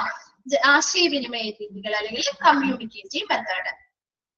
ആശയവിനിമയ രീതികൾ അല്ലെങ്കിൽ കമ്മ്യൂണിക്കേറ്റീവ് മെത്തേഡിൽ ആദ്യമായിട്ട് പറയുന്നത് to make available suitable information to the patients, their relatives and visitors. അവിടെ വരുന്ന പേഷ്യൻസിനും അവരുടെ റിലേറ്റീവ്സിനും അതുപോലെ വിസിറ്റേഴ്സിനും സന്ദർശകർക്കും ആവശ്യമായിട്ടുള്ള അനുയോജ്യമായിട്ടുള്ള ഇൻഫർമേഷൻസ് അല്ലെങ്കിൽ വിവരങ്ങൾ ലഭ്യമാകുക.